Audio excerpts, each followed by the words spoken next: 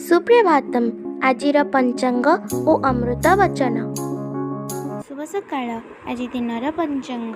आज श्री श्वेतवराह कल्पर वैवस्वत मन्वंतर द्वितीयपरार्ध उत्तरायण वर्षा ऋतु आषाढ़ मास कृष्णपक्ष पंचमी तिथि बुधवार जुगाब्द 5126 विक्रम संवत 2081 जून मासर 26 तारीख।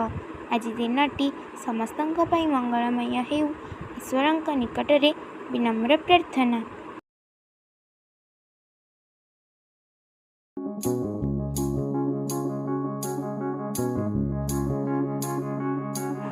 शिशिर पद्मर शत्रु किंतु भगवानक पद तले रहिछि बोली पद्मर शिशिर को भय नाही।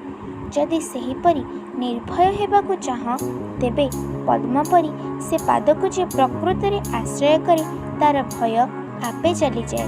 ठाकुर श्री अभिराम परमहंस।